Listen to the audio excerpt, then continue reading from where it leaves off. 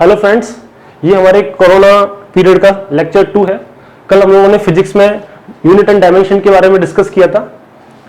अब मैं कल जो पढ़ा था उसी को थोड़ा सा आपको रिवाइज करा के आगे हम यहीं से कंटिन्यू करेंगे। तो कल हम लोगों ने यूनिट्स के बारे में बात कर रहे थे। तो मैंने आपको बताया था कि लेंथ, मास और टाइम से स्टार्ट किया था और इनकी यूनिट्स को मैंने बताया था मीटर, किलोग्राम और सेकंड्स में हम डिस्कस कर रहे थे।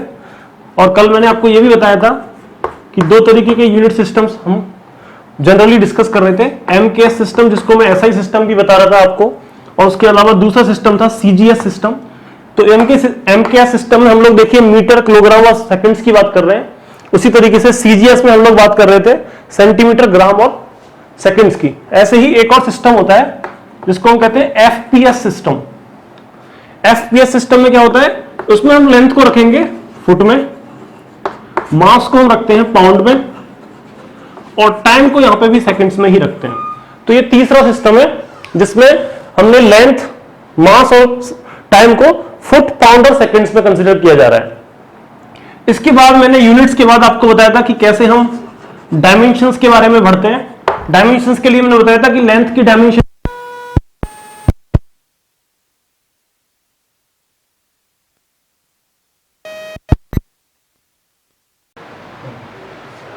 तो फ्रेंड्स, कल हम लोग डायमेंशन एनालिसिस की एप्लीकेशन की बात कर रहे थे। मैंने बताया था कि कैसे आप डायमेंशंस को यूज करके आसानी से क्वेश्चंस को सॉल्व कर सकते हो। तो उसमें पहला एप्लीकेशन मैंने आपको बताया था to check the validity of an equation. हम किसी भी इक्वेशन की वैलिडिटी चेक कर सकते हैं कि वो इक्वेशन डायमेंशनली करेक्ट है या नहीं। उसके लिए आप क्या करोगे कि लेफ्ट हैंड और राइट हैंड साइड दोनों की डायमेंशन आप कैलकुलेट करो और देखो कि वो सेटिस्फाई करता है कि नहीं। जैसे कि एक इक्वेशन होती है 1D मोशन में v square equals to u square plus 2as, जिसमें v आपको मैंने कल बताया था कि ये होती है फाइनल वेलोसिटी, अंतिम वेग, और u इसमें होता है इनिशियल वेलोसिटी, प्रारंभिक वेग। a हम लोग एक्सीलरेशन देख रहे थे और s जो है वो हमारा डिस्प्लेसमेंट होता है। फिलहाल के लिए आप इसे डिस्टेंस ही मान सकते हो क्योंकि डायमेंशन ही दोनों की सेम होती है।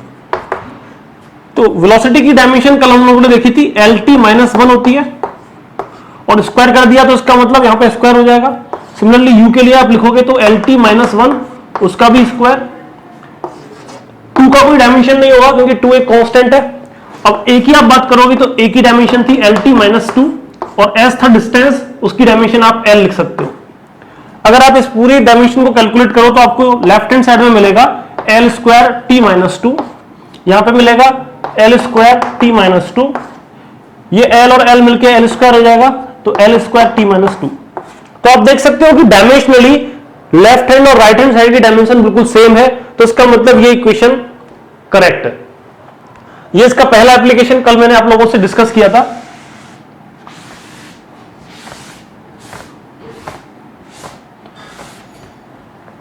दूसरा एप्लीकेशन मैंने आपको बताया था कि हम कोई भी फॉर्मूला डिराइव कर सकते हैं। जैसे कि कल हम लोगों ने time period of a simple harmonic motion, सरल आवर्त गति के लिए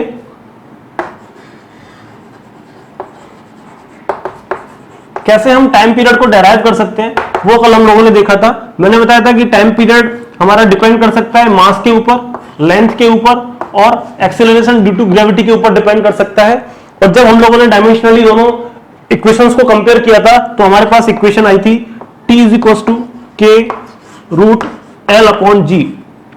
तो हम डायमेंशन एनालिसिस का यूज करके फॉर्मूला भी ड्राइव कर सकते हैं। ये हमने कल दूसरा एप्लीकेशन इसका देखा था। अब हम तीसरे एप्लीकेशन की तरफ चलते हैं। आज का हमारा ये पहला टॉपिक रहेगा।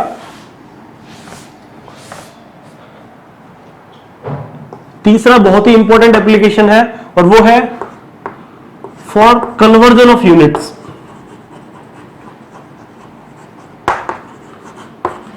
कन्वर्जन ऑफ यूनिट्स का मतलब, जैसे हम लोग अभी देख रहे थे कि कई तरीके की यूनिट्स हो सकती हैं। मेनली मान लीजिए एमकेएस और हम सीजीएस की बात करते हैं। तो हम कैसे एमकेएस से सीजीएस में या फिर सीजीएस से एमकेएस में दो यूनिट्स को आपस में इंटर कन्वर्ट कर दें, ये हमारा आज का एप्लीकेशन रहेगा।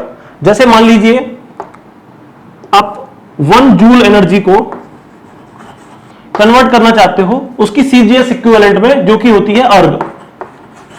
कितना अर्ग होगा, मान लीजिए ये n टाइम्स होता है, तो 1 जूल कितने अर्ग के बराबर है? अर्ग है CGS यूनिट।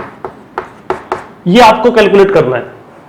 तो इसके लिए आप क्या करोगे, दोनों साइड में देखिए हम कर रहे हैं N1 मतलब SI यूनिट में, ये SI यूनिट है, वो CGS यूनिट है, तो SI यूनिट में N1 इंटू जो हमारी क्वांटिटी है उसकी हमें डायमेंशन लिखनी है। ये जूल का मतलब क्या हुआ, ये एनर्जी की यूनिट है। एनर्जी को आप चाहो तो हाफ mv² भी लिख सकते हो, और या फिर आप चाहो तो mgh भी लिख सकते हो। इनमें से कोई भी फॉर्मूला आप यूज करके इसकी डायमेंशन कैलकुलेट कर सकते हो। अगर आप हाफ mv² लिख रहे हो तो हाफ तो कोई डायमेंशन होता नहीं, हाफ तो कांस्टेंट है। मास की डायमेंशन क्या हो जाएगी, m, कैपिटल M। वेलोसिटी की डायमेंशन अभी हम देख रहे थे LT-1, स्क्वायर आपने लगाया तो L²T-2। ये होती है हमारी एनर्जी की डायमेंशन। अब आपको क्या लिखना है कि SI की साइड में आपने लिख दिया m1 L1² T1-2। तो ये हो गया हमारा डायमेंशन ऑफ एनर्जी। अब ये 1 जो है ये हम क्वांटिटीज ले रहे हैं जूल के अंदर, मतलब SI सिस्टम में हम चीजें लेंगे। उसी तरीके से आप राइट हैंड साइड में लिख दीजिए N2। ये कोई नंबर आने वाला है, जैसे कि यहां पे जो नंबर है वो 1 है, जिसको आप N1 कहोगे, और इस साइड में भी सेम डायमेंशन होगी, बस 1 1 1 की जगह पे आप 2 2 2 लिख दीजिए। m2 L2² T2-2। तो ये सब हमारा CGS का पार्ट है, ये सब हमारा SI या फिर MKS का पार्ट है। अब हमें N1 की वैल्यू पता है और N2 की वैल्यू हमें फाइंड आउट करनी है। जहां पे भी 2 वाले टर्म्स आ रहे हैं वो सब CGS को इंडिकेट करेंगे, याद रख लीजिए, और यहां पे भी 1 1 वाले टर्म्स आएंगे वो सब SI या फिर MKS को इंडिकेट कर रहे हैं। तो हम यहां से N2 को क्या लिख सकते हैं, N2 = N1, जिसकी वैल्यू आपको पता है 1 है, M1, और ये M2 को आप इधर ले आइए तो इसे आप कह सकते हैं M1/M2। सिमिलरली L1 और ये L2 को इधर लेके आएंगे तो हो जाएगा L1/L2। पावर 2 लगी हुई है दोनों साइड में, तो पावर 2 कर दीजिए। फिर टाइम की देखें तो यहां पे लिख सकते हैं T1/T2। पावर दोनों में -2 है तो दोनों में आपने -2 कर दिया। यहां तक हमने बस क्या किया, जो इक्वेशन मैंने आपको ये बताई है ये आप याद रखिए कि जब भी आपको यूनिट्स को कन्वर्ट करना है तो ये वाली इक्वेशन आपको यूज करनी पड़ेगी। अगर आपको N2 दिया हुआ है तो आप N1 निकाल सकते हो, N1 दिया है तो आप L2 निकाल सकते हो। अब देखिए ये जो M वाले टर्म्स है वो क्या है, वो मास को इंडिकेट करते हैं, कैपिटल M मास को इंडिकेट करता है। सिमिलरली जो कैपिटल L है वो आपका लेंथ को इंडिकेट करता है, और कैपिटल T आपका टाइम को इंडिकेट करता है। तो ये जो M1 है वो क्या होगा, मास इन SI सिस्टम, जिसे आप कह सकते हो क्या कहोगे 1 किलोग्राम। सिमिलरली ये जो M2 है वो है मास इन CGS सिस्टम, जिसे आप लिख सकते हो 1 ग्राम। उसी तरीके से L1 क्या है, SI सिस्टम में हमारी लंबाई क्या होगी, तो उसकी यूनिट क्या है हमारे पास 1 मीटर। और ये L2 है, CGS सिस्टम में हमारी लंबाई की इकाई क्या होगी, वो हो जाएगी हमारी 1 सेंटीमीटर। M1 मतलब SI सिस्टम में हमने द्रव्यमान किस इकाई में लेना है, तो वो 1 किलोग्राम हो गया। M2 मतलब हमें CGS सिस्टम में द्रव्यमान को किस यूनिट में लेना है, तो 1 ग्राम हो गया। उसी तरीके से L1 को हमने 1 मीटर लिखा और L2 को हमने 1 सेंटीमीटर लिखा। पावर यहां पे 2 लगी हुई है तो हम यहां पे 2 पावर लगा देंगे। टाइम की अगर हम बात करें तो हम देख रहे थे कि सारे सिस्टम्स में टाइम को हमेशा सेकंड्स में ही ले रहे हैं, तो हम क्या लिखेंगे इसको 1 सेकंड अपॉन 1 सेकंड, कोई चेंज नहीं करेंगे, पावर -2। तो इस तरीके से हमने क्या किया, सारी यूनिट्स उनके SI और CGS सिस्टम में लिख दी। इसके बाद हम देख सकते हैं ये वाला टर्म तो कैंसिल हो जाएगा। यहां पे हम 1 किलोग्राम को 1000 ग्राम लिख सकते हैं। उसी तरीके से 1 मीटर को हम 100 सेंटीमीटर लिख सकते हैं। तो जब आप ये लिखोगे तो इसको मैं ऊपर लिख देता हूं, तो आपके पास इक्वेशन बनेगी N2 = 1 टाइम्स 1000/1, तो केवल 1000 ही आ गया, मल्टीप्लाई 100/1, 100 सेंटीमीटर अपॉन 1 सेंटीमीटर, तो इसे आप 100 कह सकते हो, उसकी पावर 2 है, तो इसे आप कहोगे 100 × 100। तो ये ओवरऑल कितना आ जाएगा, 10 की पावर देखिए यहां से 3 आ रहा है, यहां से 2 तो ये 5 हो गया, और यहां से भी 2 तो ये 7 हो गया, तो ये जाएगा 10 की पावर 7। तो हमें मिल गया जो N2 है उसकी वैल्यू क्या होगी 10 की पावर 7। अब N2 क्या था हमारा, हमारा था 1 जूल को हमें अर्ग में कन्वर्ट करना है, तो हम कह सकते हैं 1 जूल इज इक्विवेलेंट टू 10 की पावर 7 अर्ग। तो ये हुआ हमारा एनर्जी की यूनिट का कन्वर्जन, कि कैसे हम एनर्जी की एसआई यूनिट को सीजीएस यूनिट में कन्वर्ट कर सकते हैं। तो ये इसका तीसरा एप्लीकेशन है कि हम यूनिट्स को इंटर कन्वर्ट कर सकते हैं, एक यूनिट से दूसरी यूनिट में जा सकते हैं यूजिंग हमारा डायमेंशन एनालिसिस। दिमाग का यूज करके कैसे हम इकाइयों को आपस में एक दूसरे में फेर बदल कर सकते हैं, ये हमारा एक एप्लीकेशन है।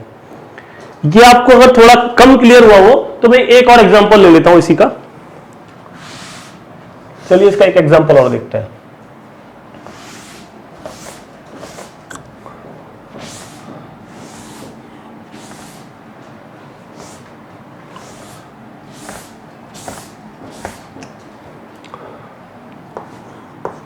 मान लीजिए आपको 1 न्यूटन फोर्स को कन्वर्ट करना है उसकी इक्विवेलेंट सीजीएस यूनिट जो कि होती है डाइन। कितना आएगा ये हम N2 मान लेते हैं। तो हमें डाइन की वैल्यू कैलकुलेट करनी है और हमें न्यूटन मतलब फोर्स हमारा एसआई सिस्टम में हमें दे रखा है और ये हमें सीजीएस सिस्टम में कैलकुलेट करना है। तो हमारा फॉर्मूला क्या था, N1, अब यहां पे इसकी डायमेंशन लिख देनी है इक्वल्स टू N2 और यहां पर इसकी फिर से डायमेंशन लिख देनी है।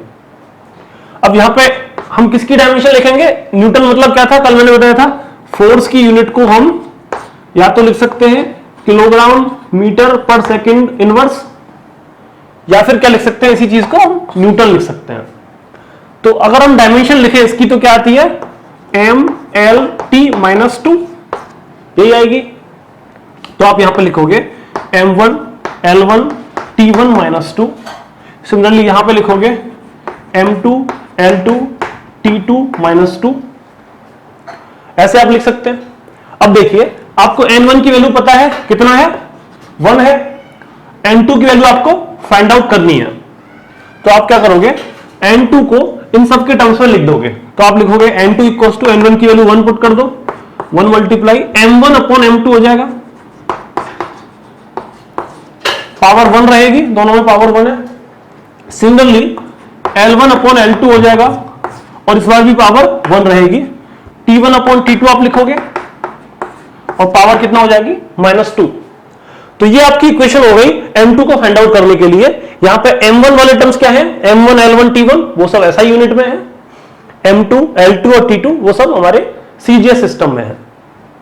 तो इसको आप लिखोगे 1 मल्टीप्लाई M1 कितना हो जाएगा आपके पास 1 किलोग्राम और M2 कितना हो जाएगा हमारे पास 1 ग्राम। उसी तरीके से L1 कितना हो जाएगा 1 मीटर और L2 हो जाएगा आपके पास 1 सेंटीमीटर। ये हो जाएगा आपके पास 1 सेकेंड और ये भी 1 सेकेंड पावर -2। फिर से देखिए सेकंड से सेकंड आप कैंसिल कर सकते हैं। 1 किलोग्राम को आप 1000 ग्राम कह सकते हो, 1 मीटर को आप 100 सेंटीमीटर कह सकते हो। तो ये हो जाएगा 1 मल्टीप्लाई बाई 1000 मल्टीप्लाई बाई 100 और ये तो 1 ही है। तो इसको आप कह सकते हो 10 की पावर 3 + 2 5। तो इसका मतलब जो आपकी N2 है उसकी वैल्यू आ गई 10 की पावर 5।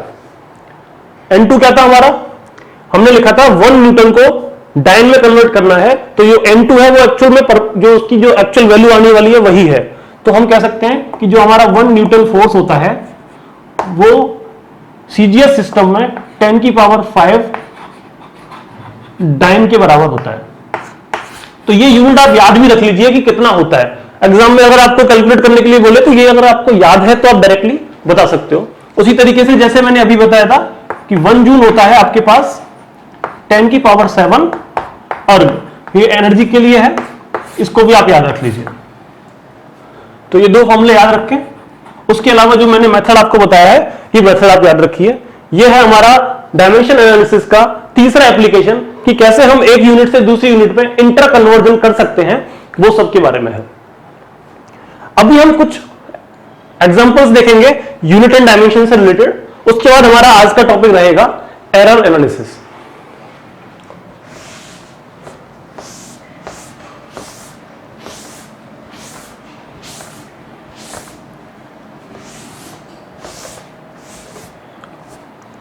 मैंने जो पीडीएफ आपको भेजी है उसको एक बार अच्छे से पढ़िएगा, ये मैं आपको रिकमेंड करूंगा, वो आपको बहुत हेल्प करने वाली है।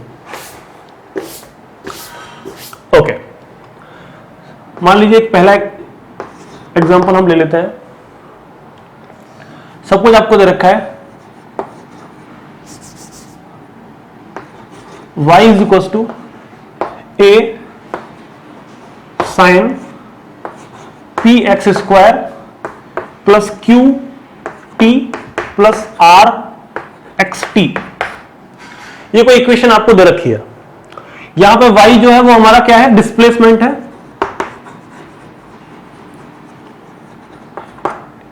ये हमारा कोई वेव जा रही है, साइन वेव आप उसे कह सकते हो। तो ये उसका एम्पलीट्यूड है जिसे हम आयाम कहते हैं। डिस्प्लेसमेंट को हिंदी में हम विस्थापन कहते हैं। x भी हमारा डिस्प्लेसमेंट है, y जो है वो डिस्प्लेसमेंट इन y डायरेक्शन है और x जो है वो है डिस्प्लेसमेंट इन x डायरेक्शन। तो x भी हमारा डिस्प्लेसमेंट ही है। अभी हमें डायरेक्शन से कोई मतलब नहीं है, हमें यूनिट्स और डायमेंशंस की रिलेटेड चीजें देखनी है। t हमारा टाइम है। ओके, ये चीज आपको दे रखी है सब। अब आपको बताना है कि P, Q और R की डायमेंशन क्या होगी। ये जो टर्म्स आपको दिख रहे हैं P, Q और R, इन तीनों की डायमेंशन आप क्या होगी ये आपको बताना है। तो ऐसे क्वेश्चन को करने के लिए मैंने आपको कल एक छोटा सा ट्रिक बताया था। ट्रिक क्या था कि कुछ क्वांटिटीज मैंने बताई थी जो कि डायमेंशन लेस होती हैं। क्या बताया था, कोई कांस्टेंट हो, कांस्टेंट जैसे 2, 3, 4 अभी हम देख रहे थे, 2, हाफ, पाई, ये सब जो चीजें हैं उन सबको हम कांस्टेंट कहते हैं। रूट वाली चीजें भी कांस्टेंट हो सकती हैं, जैसे √2, √5, लाइक दैट। तो ये सब डायमेंशन लेस होती है। डायमेंशन लेस का मैंने आपको मतलब बताया था m0, l0, t0। दूसरा मैंने आपको क्या बताया था, कोई भी एक्सपोनेंशियल फंक्शन हो, एक्सपोनेंशियल e की पावर समथिंग जैसे kx। तीसरा मैंने आपको बताया था कोई भी ट्रिग्नोमेट्रिक फंक्शन हो, जैसे कि अभी हम देख रहे हैं sin kx। उसके अलावा कोई लॉगरिथमिक फंक्शन हो, log kx। तो इन सब की जो डायमेंशन है वो यही होती है m0, l0, t0। मतलब ये विमार रहित एक क्वांटिटीज हैं जिनकी कोई डायमेंशन नहीं होती है। तो अगर हम इसमें देखें तो साइन के अंदर ये जो पूरा एंगल आ रहा है इसका, ये पूरा कैसा होना चाहिए, डायमेंशन लेस होना चाहिए। इसकी डायमेंशन कुछ भी नहीं होनी चाहिए।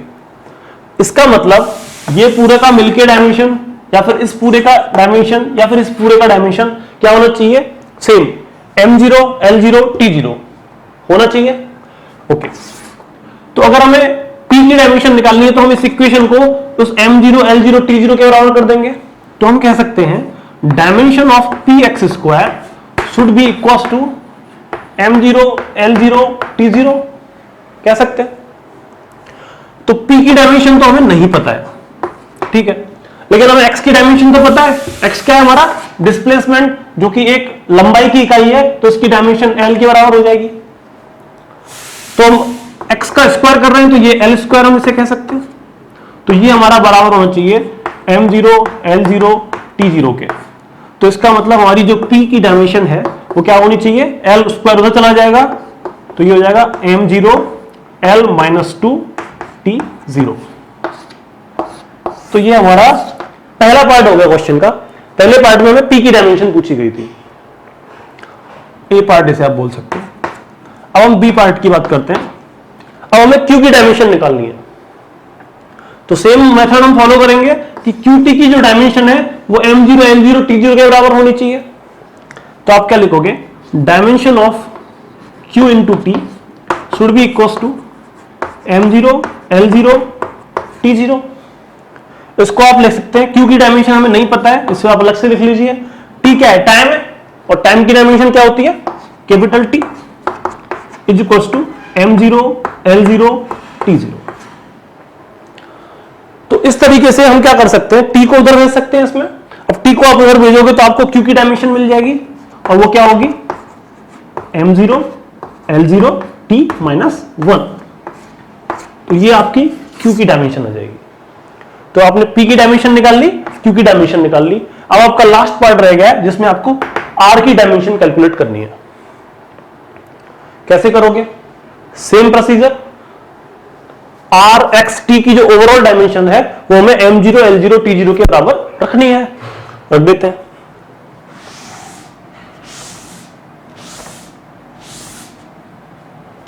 तो आप लिखोगे dimension of R X T should be equals to M0 L0 T0। Dimension of R आपको नहीं पता है, X की डायमेंशन आपको पता है L होती है, T की डायमेंशन भी आपको पता है T होती है। तो ये हो जाएगा M0 L0 T0 के बराबर। तो यहां से आप R की डायमेंशन को आसानी से कैलकुलेट कर सकते हो। क्या हो जाएगा? M0 L-1 T-1। तो ये हो गई आपकी R की डायमेंशन। ये हमारा C पार्ट था। तो इस तरीके से हमने इस क्वेश्चन के तीनों पार्ट्स को आसानी से सॉल्व कर लिया। इसमें हमें P, Q और R की डायमेंशन पूछी गई थी। तो हमने क्या किया, एक साइन के एंगल में कोई चीज अगर आ रही है तो उसकी डायमेंशन कुछ भी नहीं होनी चाहिए, तो वो वाली चीज को हमने यूज किया। और क्योंकि एक और रूल था हमारा कि जिन क्वांटिटीज की डायमेंशन सेम होती है उन्हीं को आप ऐड या सब्ट्रैक्ट कर सकते हो। तो इसका मतलब px स्क्वायर की डायमेंशन, qt की डायमेंशन और rxt की डायमेंशन सेम होनी चाहिए। तो हमने तीनों की डायमेंशंस को सेम किया और इस तरीके से p, q और r तीनों की डायमेंशंस को कैलकुलेट कर लिया। ये बहुत ही सिंपल क्वेश्चन था जो डायमेंशन एनालिसिस से आपसे पूछा जा सकता है। ये आपको समझ में आ गया होगा। तो ये मैं बस कराना चाह रहा था। अब हम नेक्स्ट टॉपिक की तरफ चलते हैं जो कि है एरर एनालिसिस।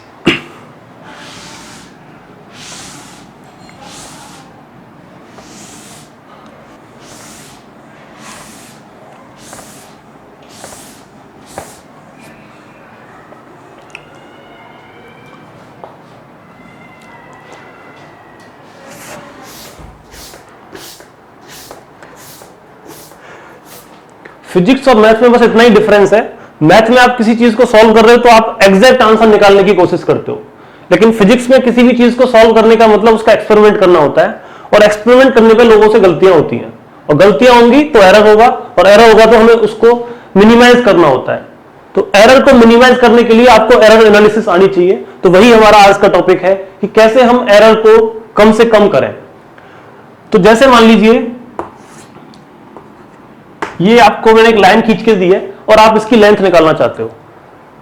लेंथ निकालने के लिए आप क्या करोगे, आप सिंपल एक मीटर स्केल लोगे,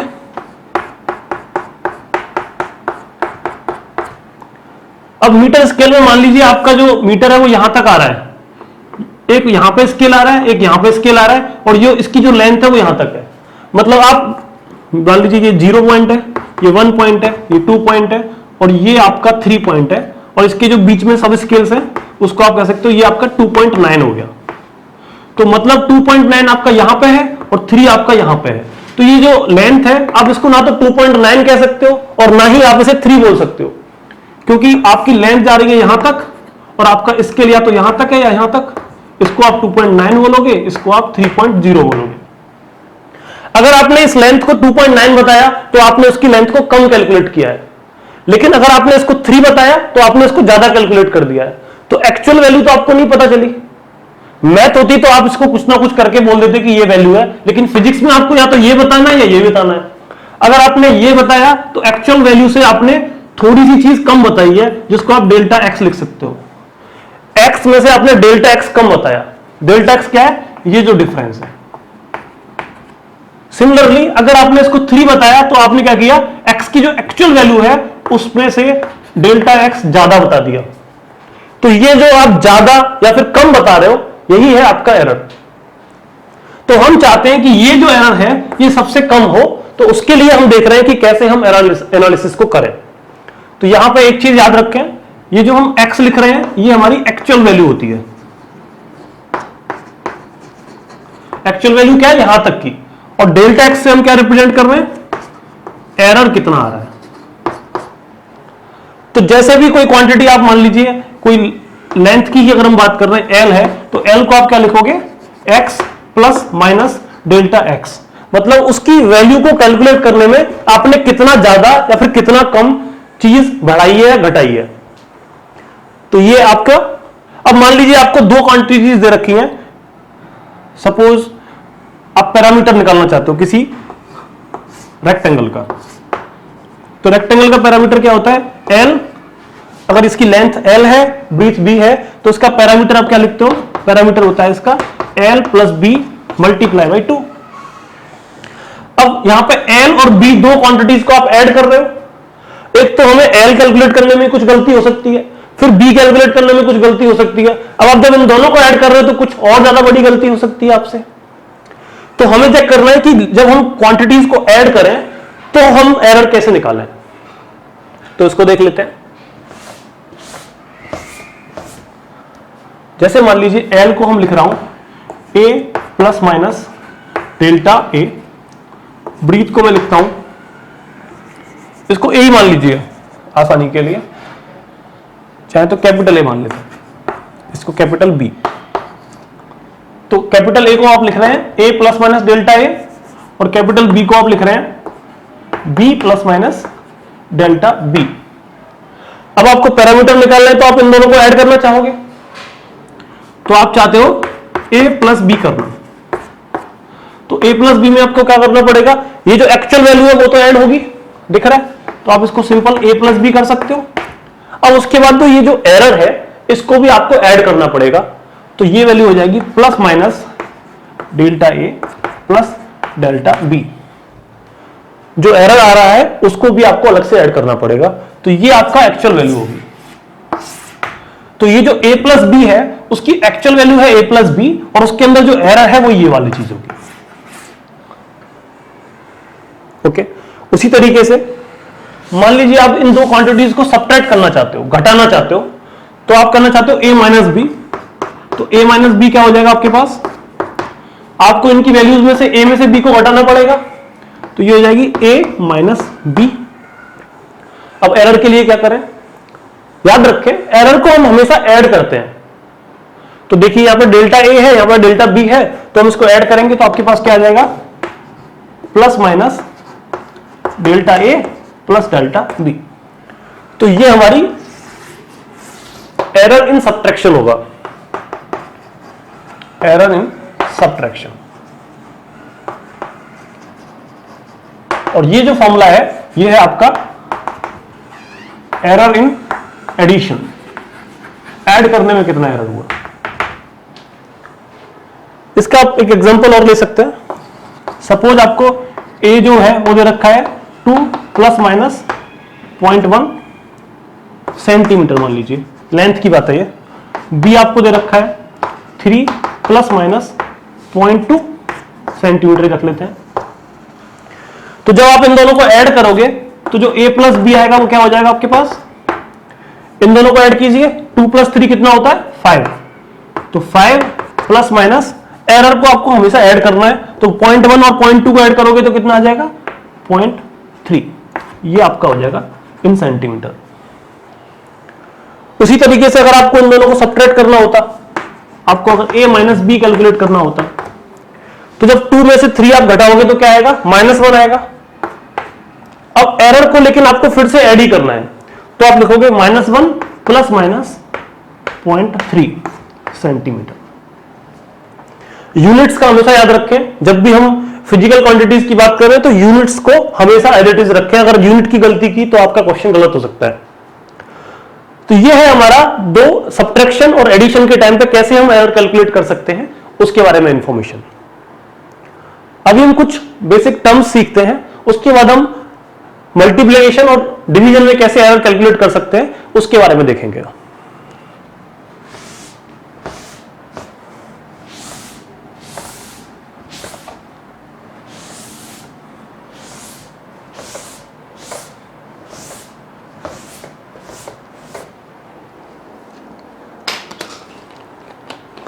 एक मिनट,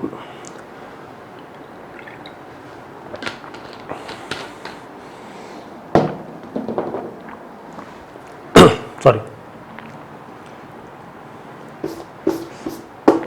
तो हम किसी क्वांटिटी को लिख रहे थे a is equal to A plus minus delta A. मैंने बताया था कि ये जो है ये रियल वैल्यू है, इसकी रियल वैल्यू या फिर एक्चुअल वैल्यू भी आप इसे बोल सकते हो। और ये जो डेल्टा ए से मैं रिप्रेजेंट कर रहा हूं, ये इसके अंदर एरर है, एरर इन ए। तो एक टर्म होता है जिसे हम कहते हैं परसेंटेज एरर।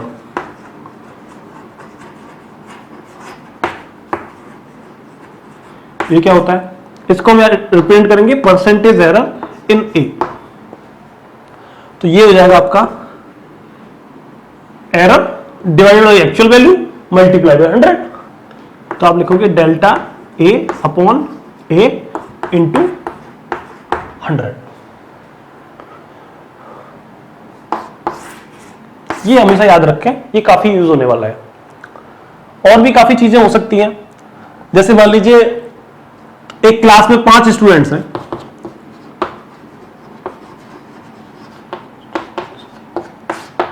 और आपको उन सबकी हाइट दे रखी है, H1, H2, H3 ऐसे करके H5 तक दे रखा है। आप निकालना चाहते हो मीन एरर, कि उनकी हाइट्स को ऐड करने में कितना एरर आपने, मीन मतलब एवरेज एरर, एवरेज एरर कितना होगा। तो एवरेज निकालने के लिए आप क्या करोगे, इन पांचों हाइट्स को आप ऐड कर दो और 5 से डिवाइड कर दो। तो ये हो जाएगा summation of all Heights HI और divided by number of Heights, ये I to N मतलब H1, H2, H3, H4, H5 तक जाएगा, divide by number of students कितने हैं।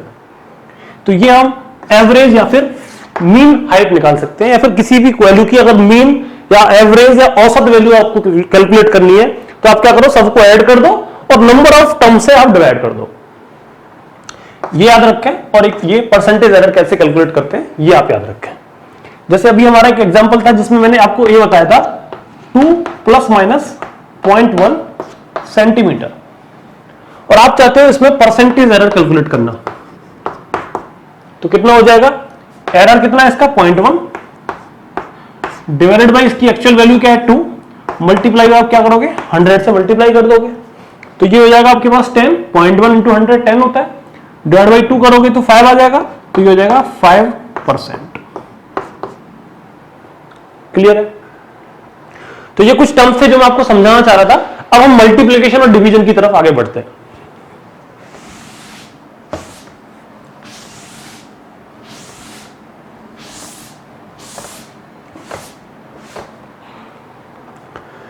तो थर्ड हमारा रहेगा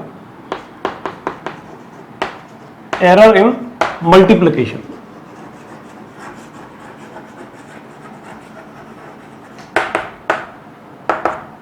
ओके, क्वांटिटीज हमारी फिर से वही है। ए है हमारे पास A plus minus delta A, B है हमारे पास B plus minus delta B, और आप कैलकुलेट करना चाहते हो कोई क्वांटिटी जेड जो कि है ए और बी का प्रोडक्ट। अभी प्रोडक्ट हम सिंपल स्केलर प्रोडक्ट्स की बात करते हैं। सिंपल आपको दो क्वांटिटीज को मल्टीप्लाई करना है, 5 × 5 × 3 तो 15 हो जाएगा। इस तरीके की मल्टीप्लिकेशन की हम बात कर रहे हैं। आगे हमारे वेक्टर मल्टीप्लिकेशन भी आएंगे, वो हमारा आगे का नेक्स्ट टॉपिक रहेगा। अभी उसको थोड़ी देर के लिए भूल जाते हैं। अभी हम सिंपल 5 × 3 = 15 वाला मल्टीप्लिकेशन देखते हैं। तो देखिए यहां पे रियल वैल्यूज जो है वो ए और बी है, और जो एरर है वो डेल्टा ए और डेल्टा बी है। तो जब आप रियल वैल्यूज का मल्टीप्लाई करोगे तो आप सीधा लिख सकते हो जेड जो है, जेड जो मल्टीप्लिकेशन आने वाला है वो भी कुछ ऐसा ही होगा, Z plus minus delta Z, जिसके अंदर एक रियल वैल्यू होगी और एक इसका एरर होगा। तो जो उसकी रियल वैल्यू है वो तो आप सिंपल निकाल सकते हो ए इंटू बी करके, लेकिन आपका जो मेन टास्क है वो क्या है, एरर को कैलकुलेट करना। डेल्टा जेड कैसे आप निकालोगे, तो इसके लिए आप याद रखें डेल्टा जेड बाई जेड ये होता है delta A by A plus delta B by B, और ये प्लस माइनस लगाएंगे क्योंकि एरर प्लस या माइनस कैसा भी हो सकता है। तो जेड आपको ऑलरेडी पता है ए इंटू बी के बराबर है, तो उसको आप यहां पुट कर सकते हो, तो आप डेल्टा जेड आसानी से कैलकुलेट कर सकते हो। सेम प्रोसीजर हम यूज करने वाले हैं जब हम डिवीजन की बात करेंगे। सपोज आप y निकाल रहे हो और y आपका है a बाई बी के बराबर, तो यहां पे आपको y को लिख सकते हो y plus minus delta y real value और उसकी एरर वाली वैल्यू। तो जो रियल वैल्यू है वो तो आप सिंपल लिख सकते हो a बाई बी, तो small a by small B हो जाएगा। और जब आपको डेल्टा y निकालना है तो आपको सिंपल यही प्रोसीजर फॉलो करना है और आप लिखोगे delta y upon y is equal to plus minus delta a by A plus delta b by A. यह है आपका एरर इन मल्टीप्लिकेशन।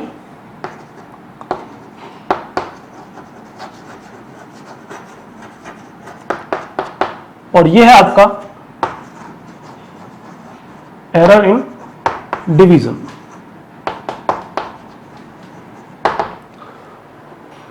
तो हमने इस तरीके से एडिशन, मल्टीप्लिकेशन, सब्ट्रैक्शन और डिवीजन, इन चार चीज के अंदर कैसे आप एरर कैलकुलेट कर सकते हो वो हमने देखा। उसके बाद हम लोगों ने परसेंटेज एरर और मीन और एवरेज एरर के बारे में बात किया था। अब परसेंटेज एरर के बारे में कुछ थोड़ा सा और देख लेते हैं।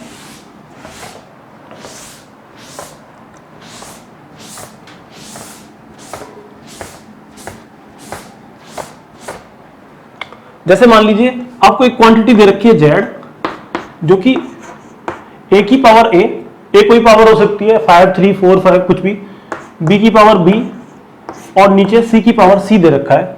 इसे d की पावर d कर लेते हैं ताकि कैपिटल और स्मॉल में डिफरेंस रहे, तो हमने इसे कर दिया d की पावर d। अब a और b और d आपको पता है। a है आपके पास a plus minus delta a, b है आपके पास b plus minus delta b और d है आपके पास d plus minus delta d। आप चाहते हो z के अंदर परसेंटेज एरर कैलकुलेट करना, तो इस केस में जब आपको z के अंदर परसेंटेज एरर कैलकुलेट करना है तो आप सिंपल लिखोगे डेल्टा z बाई z। ये रियल वैल्यू है और ये इसकी एरर वाली वैल्यू है। परसेंटेज करना है तो आप 100 से मल्टीप्लाई कर दोगे इसमें, और ये आपका इक्वल होगा a। अब देखिए पावर जो भी है उसको आप बाहर लोगे तो आप लिखोगे a times delta a by a into 100। अच्छा, थोड़ा सा कंफ्यूजन हो गया है, इस a को हम p कर देते हैं ताकि वैल्यू में और पावर में डिफरेंस रहे। इसको q कर देते हैं और इस पावर को हम r लिख देते हैं। तो यहां पे आपका p आ जाएगा, तो p times delta a upon a into 100 plus ये q पावर बाहर आ जाएगी और इसे आप लिखोगे delta b upon b into 100। अब देखिए ये d जो है वो डिनोमिनेटर में है और a और b तो नोमिनेटर में थे, आपने सिंपल ऐड कर दिए, लेकिन d को भी आपको ऐड करना है, ये याद रखिए। तो आप लिखोगे प्लस r टाइम्स r आपका बाहर आएगा delta d upon d into 100।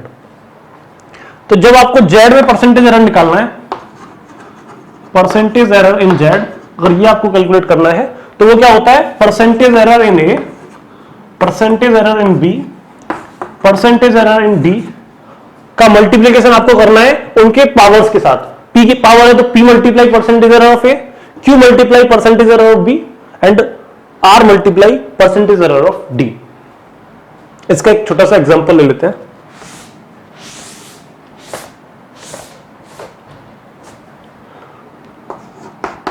Suppose यही आपको दे रखा है z इज टू a की पावर 2, b की पावर 3 और d की पावर सपोज हाफ दे रखा है, फिर रूट d दे रखा है।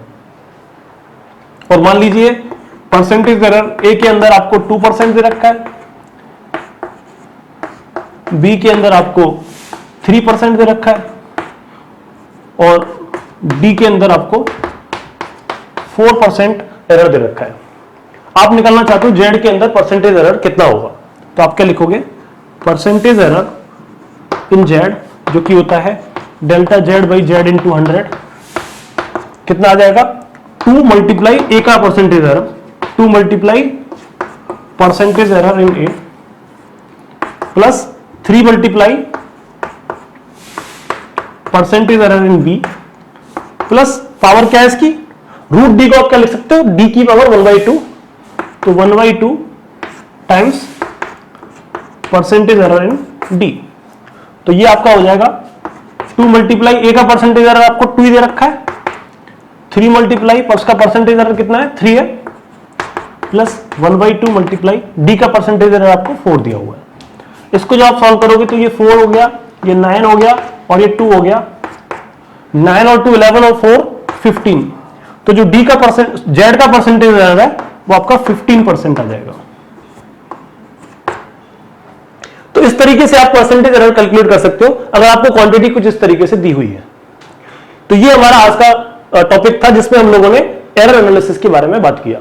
आगे हम कल इसी बारे वो आगे कंटिन्यू करेंगे। तब तक के लिए थैंक यू।